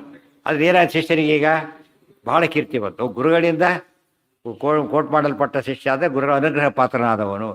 ಇದು ಉಳಿದವರು ಅರ್ಥ ಮಾಡ್ಕೊಂಡ್ಬಿಟ್ರೆ ಅವರನ್ನು ಖಂಡನೆ ಮಾಡ್ತಿದ್ದಾರೆ ಅಂತೇಳಿ. ಬೇರೆ ಎಲ್ಲ ಭಾಷ್ಯಕಾರರು ಕೂಡ ಬಾದರಿಹಿ ಎಲ್ಲ ಹೇಳಿದಾಗ ಅವರನ್ನೆಲ್ಲ ಖಂಡನೆ ಮಾಡ್ಲಿಕ್ಕೆ ಕೋಟ್ ಮಾಡ್ತಿದ್ದಾರೆ ಅಂತ ಬರೋದು. ಆಚಾರ್ಯ ಅಲ್ಲ, ಖಂಡನೆ ಮಾಡ್ಲಿಕ್ಕಲ್ಲ, ಅವ್ರ ಹೆಸರನ್ನು ತಿಳಿಸಿ ಲೋಕಕ್ಕೆ ಅನುಗ್ರಹ ಮಾಡಬೇಕು ಅವರಿಗೆ. ಜೊತೆಗೆ ಅವರಿಗಿಂತ ಅವ್ರು ತಮ್ಮೆಲ್ಲ ಶಿಷ್ಯರು ಅಂತ ಪ್ರೂವ್ ಮಾಡಿ ಅವ್ರು ಹೇಳದೇ ಇದ್ದಿದ್ದನ್ನು ಹೇಳಿ ಇನ್ನೂ ತಾವು ದೊಡ್ಡವರು ಅಂತ ಹೇಳಬೇಕಾಗಿದೆ. ಈ ದೃಷ್ಟಿಗೆ ಸರಿಯಾಗಿ ಅರ್ಥ ಮಾಡಿಕೊಂಡ್ರೆ ಜ್ಞಾನದಸ್ಯ ಶುಕಾದೀನಾಂ ಬ್ರಹ್ಮ ರುದ್ರಾದಿ ರೂಪಿಣಾಂ. ಏನು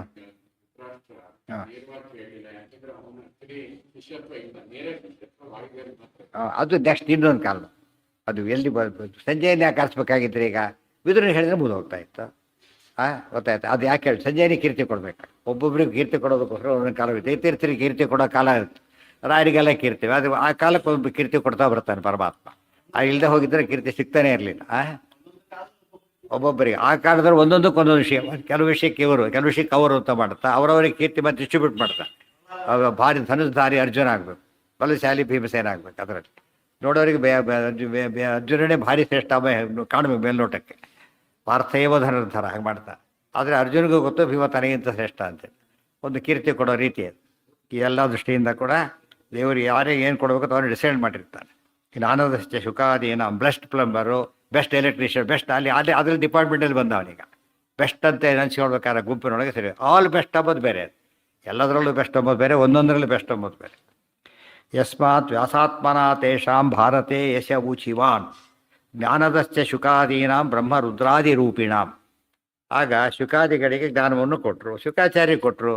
ಬ್ರಹ್ಮರುದ್ರಾದಿ ಯಾಕೆ ಹೇಳ್ತಾರೆ ಅಂದರೆ ಶುಕಾಚಾರ್ಯರು ಸುಬಂತು ಅವರಲ್ಲಿ ಏನಿದ್ದಾರೆ ಅವರೊಳಗೆಲ್ಲ ಯಾರಿದ್ರು? ವೈಶಂಪಾಯನರು ಬ್ರಹ್ಮದೇವರು ಪ್ರವೇಶ ಮಾಡಿದರು. ಶುಕಾಚಾರ್ಯ ರುದ್ರದೇವರೇ ಶುಕಾಚಾರ್ಯರು. ಮತ್ತೆ ಸುಬಂತಾದಿಗಳಲ್ಲಿ ಗರುಡಾದಿಗಳು ಪ್ರವೇಶ ಮಾಡಿಬಿಟ್ರು. ಅದರಿಂದ ಏನಾಯ್ತು ಅಲ್ಲಿಗೆ? ಅವ್ರು ಕೇಳಿದರು ಅಂದರೆ ಒಳಗೆ ಕೂತ್ ಕೇಳಿದವ್ರು ಯಾರು? ಇಲ್ಲಿ ಬ್ರಹ್ಮದೇವರೇ ಕೇಳ್ತಿದ್ದಾರೆ ಅಂದರೆ ಬ್ರಹ್ಮದೇವರು ಶಿಷ್ಯರು ಅಂತ ಆಯ್ತಲ್ಲ. ಈ ದೃಷ್ಟಿಯಿಂದ ಅಂದರೆ ಎದುರಿ ಕೂತಿರೋದು ಯಾರು, ಅವರೊಳಗೆ ಯಾರು ಆವೇಶ ಇದೆ, ಅದ್ರ ಮೇಲೆ ಇಬ್ಬರಿಗೂ ಜ್ಞಾನದಾತ, ಒಳಗಿರೋರಿಗೂ ಇವರಿಗೂ ಈ ರೀತಿಯ. ಅದರಿಂದ ಬ್ರಹ್ಮರುದ್ರಾದಿ ರೂಪಿಣ ಶುಕಾಚಾರ್ಯ ರುದ್ರದೇವರು ಅಂತ ಎಲ್ಲ ಸುಪ್ರಸಿದ್ಧ. ಬ್ರಹ್ಮದೇವರ ಅವತಾರ ಇಲ್ಲ, ಅದರಿಂದ ಏನು ಮಾಡಿದರು ಅವರು? ಆವೇಶ ಮಾಡಿದರು. ಬ್ರಹ್ಮದೇವರು ಸಾಕ್ಷಾತ್ ಅವತಾರ ಇಲ್ಲ. ಬ್ರಹ್ಮದೇವರಿಗೆ ಸರಸ್ವತಿ ದೇವಿಗೆ ಇಬ್ಬರಿಗೂ ಕೂಡ ಅವತಾರ ಇಲ್ಲ ಆದ್ದರಿಂದ ಅವ್ರು ಆವೇಶವನ್ನು ಮಾಡ್ತಾರೆ, ಅವತಾರ ಮಾಡೋದಿಲ್ಲ. ಆದರೆ ರುದ್ರದೇವರು ಅವತಾರವನ್ನು ಮಾಡ್ತಾರೆ, ಆವೇಶವನ್ನು ಮಾಡ್ತಾರೆ ಕೆಲ ಪ್ರಸಂಗ ಬಂದಾಗ. ಬ್ರಹ್ಮಾಧಿಕಶ್ಚ ದೇವೇಭ್ಯ ಶೇಷಾತ್ ರುದ್ರಾದಪೀರಿತಃ ಪ್ರಿಯಶ್ಚ ವಿಷ್ಣು ಸರ್ವೇಭ್ಯ ಇತಿ ಭೀಮನಿದರ್ಶನಾತ್. ಒಂದು ಅಂಶ ಇಷ್ಟರಲ್ಲಿ ಏನು ಗೊತ್ತಾಯ್ತು ಈಗ? ಕೃತೋ ವಿಷ್ಣು ನಿರ್ಣಯ ಸರ್ವಶಾಸ್ತ್ರಾಣಂ ಸದೃಷ್ಟಾಂತೋ ಹಿ ಭಾರತೆ ಅಂತ ಹೇಳ್ತಾ ಕೃಷ್ಣರೂಪ ವ್ಯಾಸರೂಪಗಳಿಂದ ಪರಮಾತ್ಮ ಏನೇನು ಅನುಗ್ರಹ ಮಾಡದ, ಎಲ್ಲರನ್ನ ವಶದಲ್ಲಿಟ್ಟುಕೊಂಡ, ಎಲ್ಲರಿಗೂ ಜ್ಞಾನ ಕೊಟ್ಟ, ಕೀರ್ತಿ ಕೊಟ್ಟ. ಆದ್ದರಿಂದ ಉಳಿದವರೆಲ್ಲ ಈತನಿಂದ ಬೆಳಕಂಡವರು ಅಂದಮೇಲೆ ಈತ ಸರ್ವೋತ್ತಮ ಅಂತ ಪೂರ್ವಾಯಿತು. ಒಂದು ಭಾಗ ಮುಗೀತು. ಇನ್ನೊಂದು ಭಾಗ ಈಗ ಆಯ್ತು. ವಿಷ್ಣು ಸರ್ವೋತ್ತಮತ್ವ ವಿತ್ ಎಕ್ಸಾಂಪಲ್ ಹೇಳಿದಾಗ ಆಯ್ತು, ಈಗ ವಿತ್ ಇಲಿಸ್ಟ್ರೇಷನ್ ಕೊಟ್ಟಂತೆ ಆಯಿತು. ಇದು ಅದೊಂದೇ ಪ್ರಮೇಯ ಅಲ್ಲ, ನೆಕ್ಸ್ಟ್ ಪ್ರಮೇಯ ಯಾವುದಿದೆ? ವಿಷ್ಣು ಸರ್ವೋತ್ತಮ ಅಂತ ತಕ್ಷಣ ಈಗ ಅದು ಬಂದಿದೆ ನೋಡಿ ಅಂತ ಹೇಳ್ತಾರೆ. ವಾಯುಜೀವೋತ್ತಮತ್ವ ಮಹಾಭಾರತದಲ್ಲಿ ಬಂದಿದೆ. ಹೇಗೆ ಬಂದಿದೆ? ಬ್ರಹ್ಮ ಅಧಿಕಶ್ಚ ದೇವೇಭ್ಯ ಶೇಷಾತ್ ರುದ್ರಾದಪೀರಿತಃ ಪ್ರಿಯಶ್ಚ ವಿಷ್ಣು ಸರ್ವೇಭ್ಯ ಇತಿ ಭೀಮನಿದರ್ಶನಾತ್. ಬ್ರಹ್ಮದೇವರು ವಾಯುದೇವರು ಎಲ್ಲ ದೇವತೆಗಳಿಂದ ಶ್ರೇಷ್ಠರು. ಯಾವ್ಯಾರಿಂದ? ಶೇಷಾತ್ ರುದ್ರಾತ್. ಶೇಷದೇವರಿಗಿಂತ ಬ್ರಹ್ಮದೇವರು ಶ್ರೇಷ್ಠರು. ಬ್ರಹ್ಮದೇವರು ಶ್ರೇಷ್ಠ ಅಂದರೆ ವಾಯುದೇವರು ಶ್ರೇಷ್ಠ, ಅದಿಬ್ಬರು ಸಮ. ಆದ್ದರಿಂದ ಬ್ರಹ್ಮ ದೇವೇಭ್ಯ ಅಧಿಕ. ಮುಂದಿನ ಪ್ರಮೇಯ ವಾಯುಜೀವೋತ್ತಮತ್ವ ಬಂತು. ಯಾರಿಗಿಂತ ಉತ್ತಮ ಅಂದರೆ ಶೇಷಾತ್ ಉತ್ತಮ, ರುದ್ರಾತ್ ರುದ್ರದೇವರಿಗಿಂತ. ಶೇಷಾತ್ ಬ್ರಹ್ಮ ಅಧಿಕ, ಆಮೇಲೆ ರುದ್ರಾತ್ ಬ್ರಹ್ಮ ಅಧಿಕ. ಎಲ್ಲಿ? ದೇವೇಭ್ಯ. ಬೇರೆ ಇದರಿಂದ ಎಲ್ಲ ದೇವತೆಗಳಿಂತ ಯಾರು ಶ್ರೇಷ್ಠ ಅಂತ ಆಯ್ತು ಈಗ? ರುದ್ರದೇವರಿಗಿಂತ ಶ್ರೇಷ್ಠ ಅಂದಮೇಲೆ ರುದ್ರದೇವರು ಬೇರೆಗಿಂತ ಶ್ರೇಷ್ಠ ಆಗಿರೋದರಿಂದ ಉಳಿದ ಎಲ್ಲರಿಗಿಂತ ಯಾರು ಶ್ರೇಷ್ಠ ಆಯ್ತು ಈಗ? ಬ್ರಹ್ಮದೇವರು, ಅವರೇ ವಾಯುದೇವರು. ಈಗ ಬ್ರಹ್ಮವಾಯು ಜೀವೋತ್ತಮತ್ವ ಬಂತು. ಅದಕ್ಕೆ ಅದು ಎಲ್ಲಿ ಕ್ಲಿಯರಾಗಿ ಕಾಣುತ್ತೆ ಅಂದರೆ ಇನ್ನೊಂದು ಅಂಶ.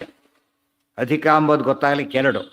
ಒಂದು ಕೆಳಗಿರೋರಿಂದ ಒಂದೇರಾಗಿರೋದು ಒಂದು, ಇನ್ನೊಂದು ಪ್ರೀತಿ ಇದೆ. ಯಾರ ಮೇಲೆ ಹೆಚ್ಚು ಪ್ರೀತಿ ಇದೆ ಅವರು ಶ್ರೇಷ್ಠ. ಯಾರು ಹೆಚ್ಚು ಕೆಲಸ ಮಾಡಿದ್ದಾರೆ ಶ್ರೇಷ್ಠ ಅಂಬೋದು ಒಂದು ಭಾಗ. ಇನ್ನೊಂದು ಭಾಗ ಯಾರ ಕೆಲಸ ಲೈಕ್ ಆಗಿದೆ ಮುಂದಿನ ಇನ್ನೊಂದು ಭಾಗ. ತುಂಬ ಜನ ಕೆಲಸ ಮಾಡಿರ್ಬೋದು, ಕೆಲವು ಕೆಲಸ ಭಾರಿ, ತುಂಬ ಜನ ಆನ್ಸರ್ ಪೇಪರ್ ಕೊಟ್ಟಿದ್ದಾರೆ, ತುಂಬ ಚೆನ್ನಾಗಿ ಬರೋದಕ್ಕೆ I like him very much ಅಂತ ಹೇಳ್ತಾರಲ್ಲ, ಹಾಗೆ ಪ್ರೀತಿ ಗಳಿಸ್ಬೇಕು.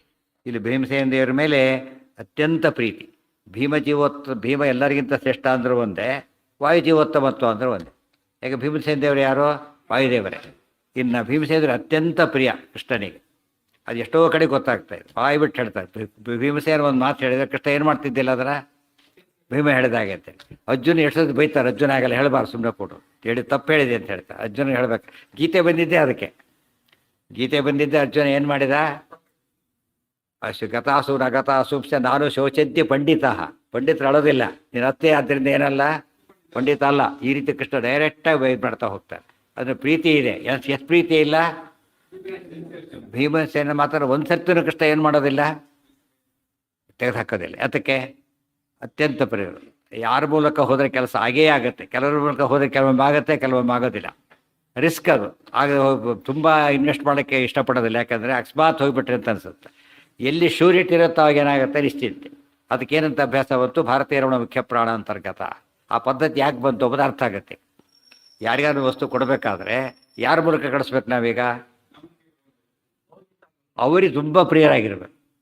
ಅವ್ರು ಕೊಟ್ಟರೆ ಹೌದಾ ಅಂತ ಅವ್ರು ಕೊಟ್ಟರೆ ಕೈಲಿಸ್ಕೋದು. ಓದ್ ಕೊಟ್ಟರೆ ಅಲ್ಲಿಡೋ ಅಂತ ಹೇಳ್ತಾರೆ. ಕೆಲವಷ್ಟು ಅಲ್ಲಿಡೋ ಅಂತ ಕೈಲಿಸ್ಕೋತಾರೆ, ಕೆಲವರು ಆ ಕಡೆ ಹೋಗೋ ಅಂತ ಹೇಳ್ತಾರೆ. ಅಲ್ಲೇನೆ ವಾಯುದೇವ್ರ ಮೂಲಕ ವಾಯುದೇವ ತುಂಬ ಪ್ರೀತಿ ಇರೋದ್ರಿಂದ ಏನೇ ಅರ್ಪಣೆ ಮಾಡ್ಬೇಕು ಅವ್ರು ಏನು ಮಾಡ್ಬೇಕು ನಾವಾಗ? ಭಾರತೀಯ ರಮಣ ಮುಖ್ಯ ಪ್ರಾಣ ಅಂತಾರೆ. ಅವ್ರ ಕೈಲಿ ಕೊಟ್ಬಿಟ್ರೆ ಏನಾಗುತ್ತಾಗ? ದೇವ್ರು ಸ್ವೀಕಾರ ಮಾಡೇ ಮಾಡ್ತಾರೆ. ಯಾಕೆ? ಅವ್ರು ಏನು ಮಾಡಲ್ಲ, ಯಾವುದನ್ನು ಕೊಡಬಾರ್ದು ಕೊಟ್ಟರೆ ಕೊಡೋದಿಲ್ಲ ದೇವರಿಗೆ. ಹೌದಲ್ಲ? ಅದು ವ್ಯಾಲ್ಯೂ ಇರುತ್ತೆ. ಕೊಡ್ತಾ ಹೋದ್ರೆ ಸ್ವಾಮಿ ಹೋಗಿರಿ ಯಾರೋ ಬರ್ತಾರೆ, ಆಚಾರ್ಯ ಸ್ವಾಮಿ ಕಾಣಿಕೆ ಹೊಡಿತಾ ಇರ್ತಾರೆ. ಈರುಳ್ಳಿ ಇಟ್ಕೊಂಡ್ಬಿಟ್ಟಾರೆ ಪಾಪ. ದಡ್ಡ ಹೋಗಿ ಆ ಕಡೆ ಕೊಡಬಾರ್ದು, ಅಲ್ಲ ಹೋಗೋ ಕಡೆ. ಅವ್ರಿಗೆ ಗೊತ್ತಿಲ್ಲ ಪಾಪ, ಅವ್ರಿಗೆ ಗೊತ್ತಿಲ್ಲ. ಹೌದು ಇದನ್ನು ಕೊಡಬಾರ್ದ ಸರಿ ಅಂತ ಹೇಳ್ಬಿಡ್ತಾರೆ. ಅವ್ರ ಹತ್ರ ಹೋಗಿ ಬಳಕೆ ಬರೋಲ್ಲ. ಇವ್ರು ಟೆಸ್ಟ್ ಮಾಡಿ ಕೊಟ್ಟರೆ ಹೇಗೋ ಹಾಗೆ. ಸೊ ವಾಯುದೇವರಿಂದ ಬಂದರೆ ಮತ್ತೇನು ಮಾಡಬೇಕಾಗಿಲ್ಲ, ಮತ್ತೆ ಪರೀಕ್ಷೆ ಮಾಡೋ ಪ್ರಸಂಗ ಇಲ್ಲ. ಯಾಕೆ? ಅವರು ಪವನ. ಅವರು ಮುಟ್ಟಿದ್ದು ನೋಡಿದ್ದು ಏನದು? ಪಾವನ. ಸೊ ವಾಯುದೇವರಿಂದ ಬಂದರೆ ಪಾವನ. ಈಗ ನಮ್ಗೆ ಅರ್ಥ ಆಗುತ್ತೆ. ನಾವು ಮಾಡ್ತೇವೆ ಅಂತ ಹೇಳಿದರೆ ದೇವ್ರ ಸ್ವೀಕಾರ ಮಾಡೋದು ಸಾಧ್ಯತೆ ಇಲ್ಲ. ವಾಯುದೇವರ ಮೂಲಕ ಹೊತ್ತಷ್ಟು ಏನಾಗುತ್ತದ ಅದು ಎರಡೂ ಹೇಳ್ಬಿಡ್ತೇವೆ ನಾವು. ಭಾರತೀಯ ರಮಣ ಭಕ್ತ ಪ್ರಾಣ ಅಂತ ವಿಷ್ಣು ಪ್ರೇರಣೆಯ, ಭಾರತೀಯ ರಮಣ ಮುಖ್ಯ ಪ್ರಾಣ ಅಂತ ವಿಷ್ಣು ಪ್ರೀತ್ಯರ್ಥಂ.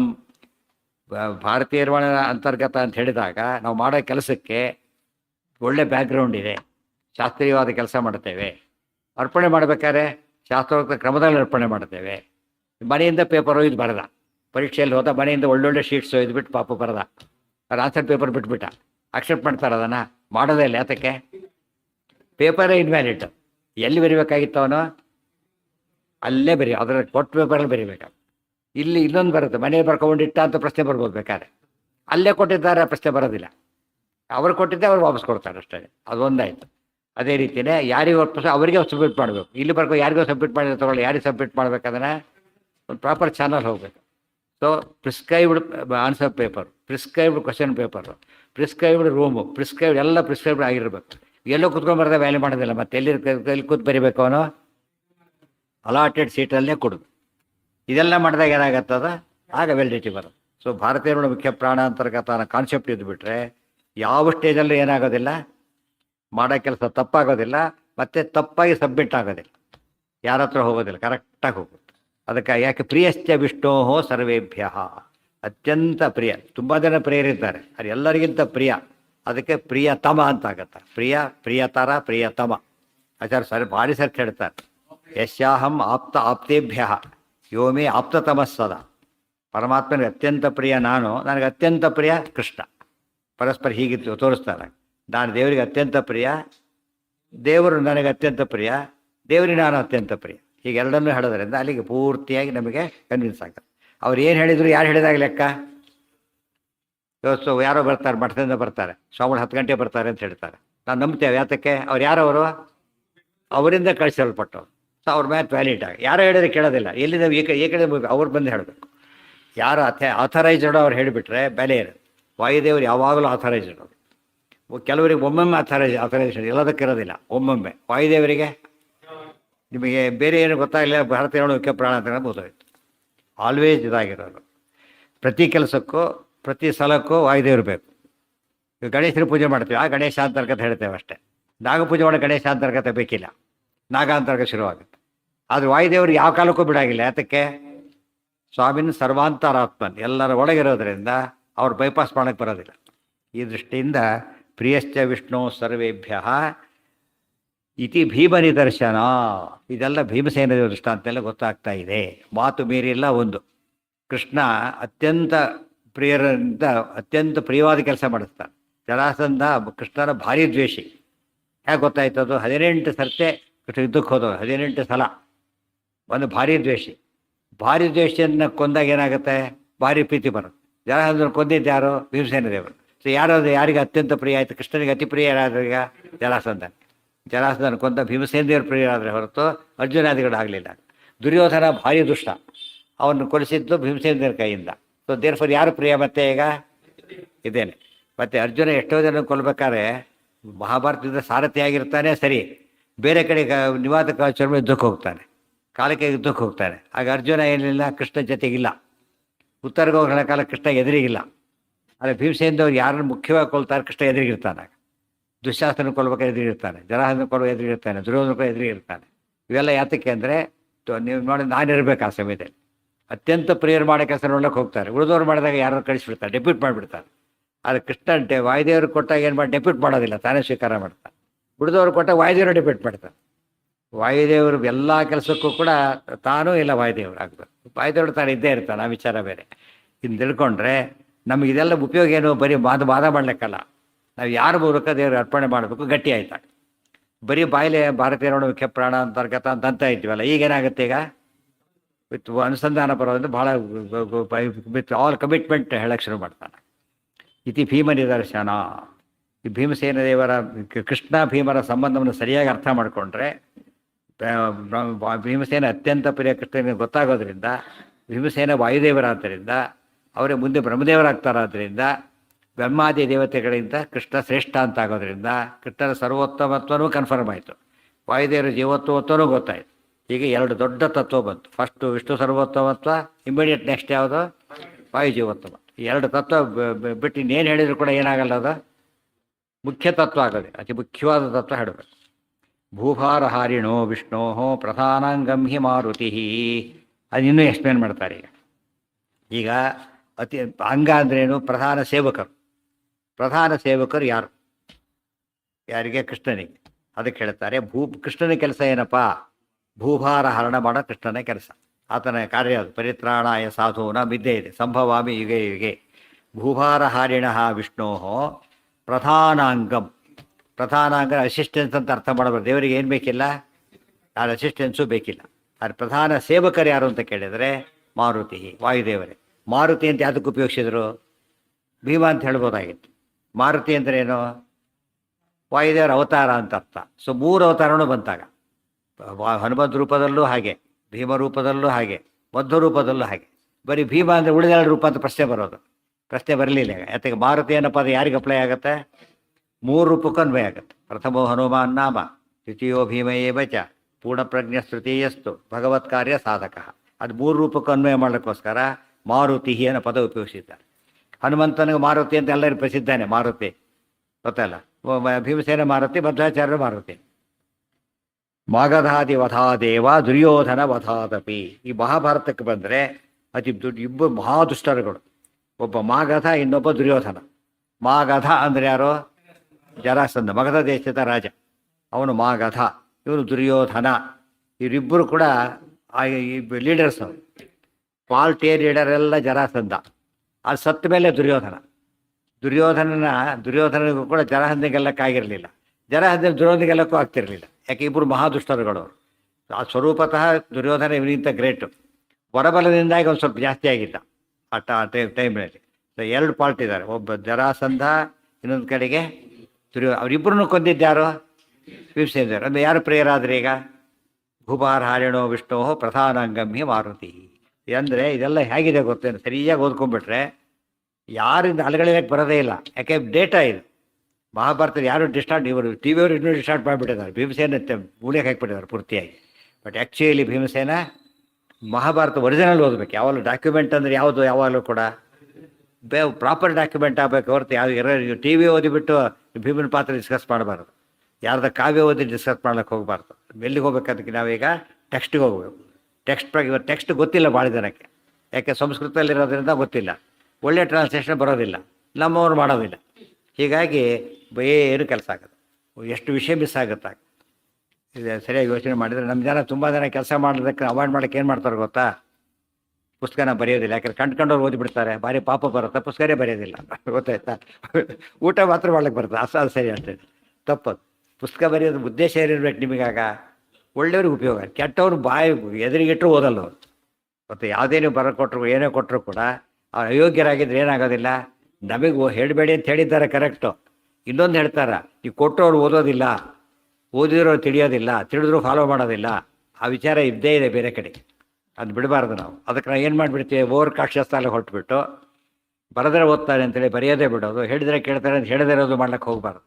ಹೇಳಿದ್ರು ಕೂಡ 1000 ಜನ ಕರೀರಿ ನೀವು, ಎಲ್ಲರೂ ಬರೋದಿಲ್ಲ, ಬೇಕಾದವ್ರು ಮಾತ್ರ ಬರ್ತಾರೆ.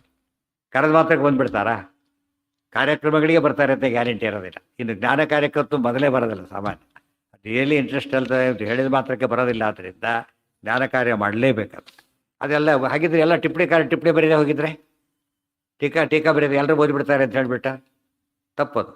ಇವತ್ತು ಅವರು ಅಷ್ಟೆಲ್ಲ ಬರೋದು ಓದಿದ್ರು ಕೂಡ ಎಷ್ಟು ಪುಸ್ತಕ ಸಿಗೋದಿಲ್ಲ, ಅಷ್ಟು ಮಟ್ಟಿಗೆ ಮರೆಯಾಗಿಬಿಡುತ್ತೆ ಅಂದಮೇಲೆ ಎಂದು ನಾವು ಏನು ಮಾಡಿಕೊಡೋದು?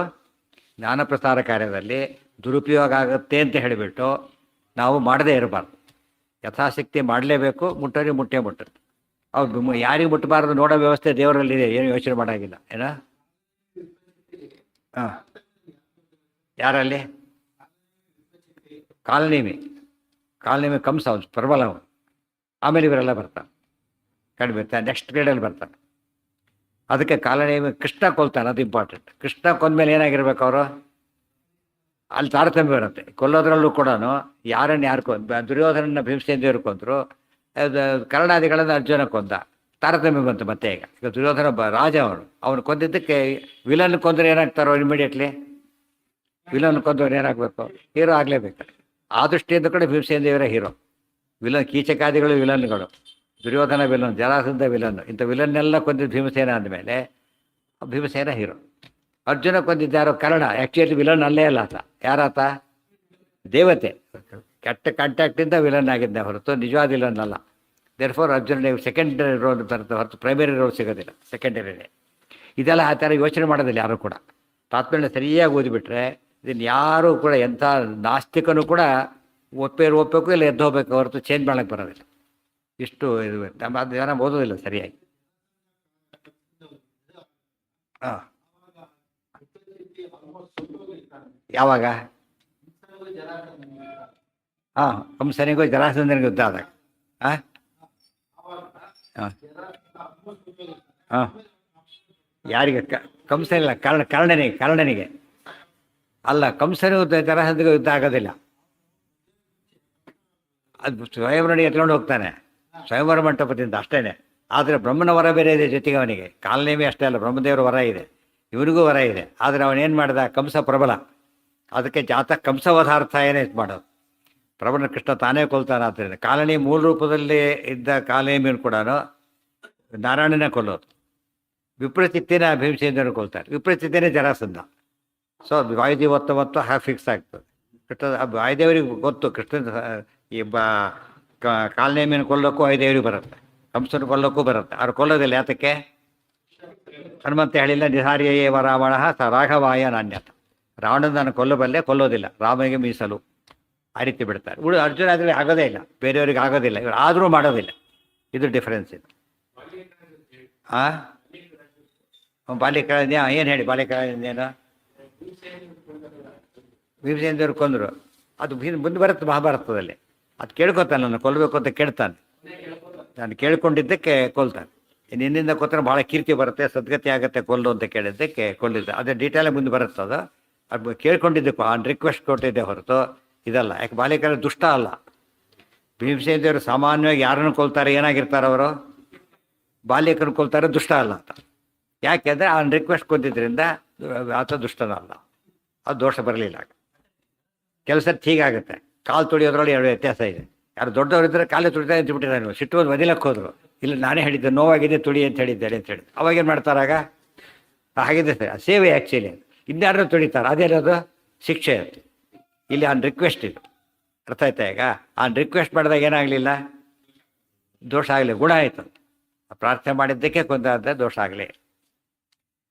ಅದು ಯಾಕೆ ಅಂತ ಕೇಳಿದರೆ, ಒಂದು ಲೋಕದೊಳಗೆ ಭೀಮಸೇನಂತ ವೀರನಿಂದ ನಾನು ಕೊಳ್ಳಲ್ಪಟ್ಟೆ, ಬೆಟರ್ ಟೀಮಿ ಸೋತೆ ಅಂದರೆ ಅಷ್ಟು ಸಂಕೋಚ ಆಗೋದಿಲ್ಲ.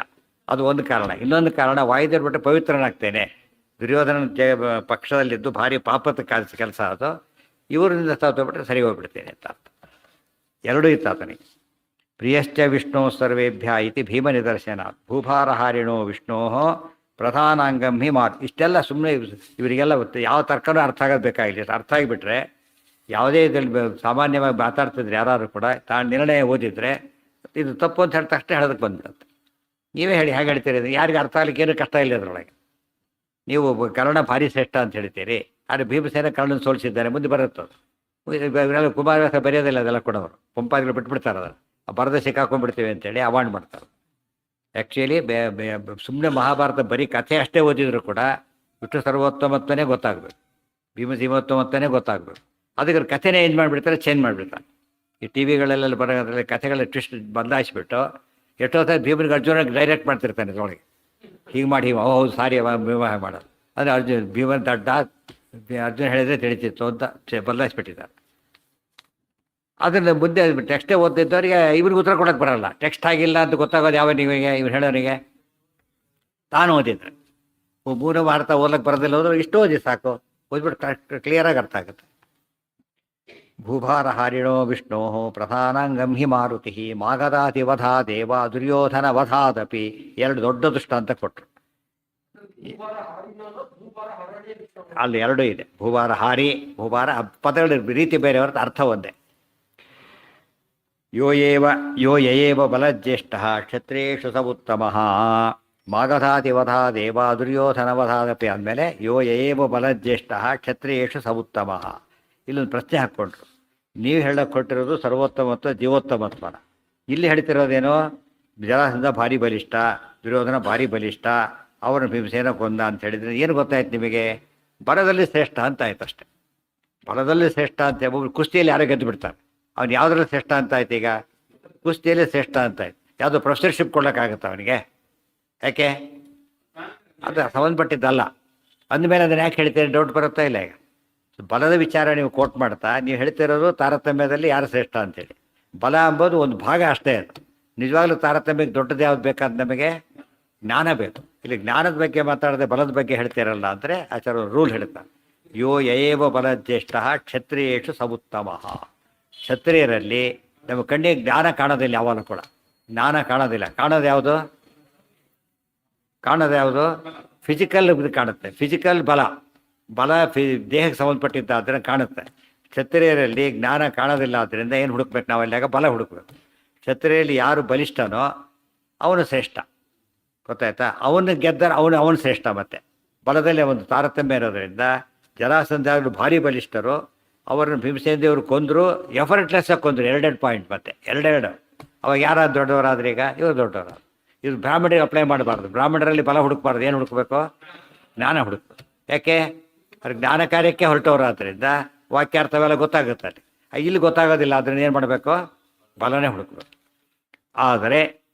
ಆದರೆ ಪ್ರಶ್ನೆ ಬಂತಾಗ ಎಷ್ಟೋ ಜನ ದುಷ್ಟರಿದ್ದಾರೆ. ಇವತ್ತು ಗುಂಡಗಳು ಭಾರಿ ಬಲಿಷ್ಠರಿರ್ತಾರೆ. ಏನು ಮಾಡ್ತೀವಿ? ಪೊಲೀಸರು ಹೆದರ್ಬೇಕು. ಆ ರೀತಿ ಇರ್ತಾರೆ.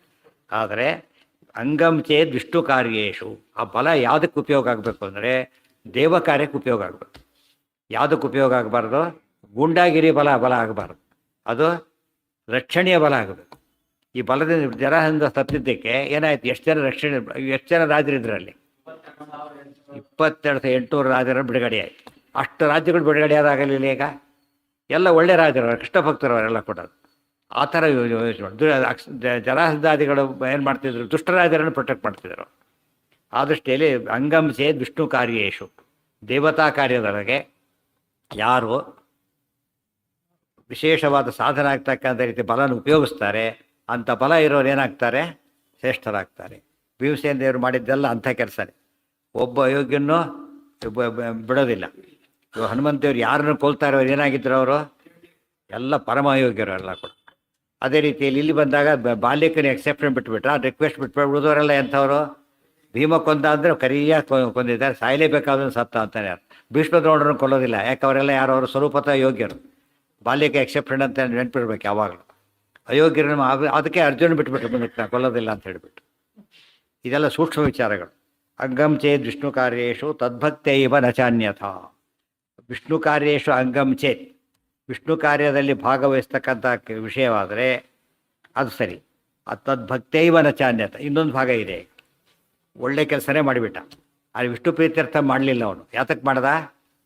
ತಾನು ಗ್ರೇಟ್ ಅಂತ ತೋರಿಸೋಳಕ್ಕೋಸ್ಕರ ಮಾಡ್ದ. ಆಗ ಮತ್ತೆ ಬಲ ಕೌಂಟ್ ಮತ್ತೆ ಕಡಿಮೆ ಆಗಿಬಿಡುತ್ತೆ. ಒಂದು ವಿಷ್ಣು ಸೇವೆ ಆಗಬೇಕು, ಇನ್ನೊಂದು ವಿಷ್ಣು ಭಕ್ತಿಯಿಂದ ಮಾಡಬೇಕು. ತದ್ಭಕ್ತೈವ ನಚಾನ್ಯಥ.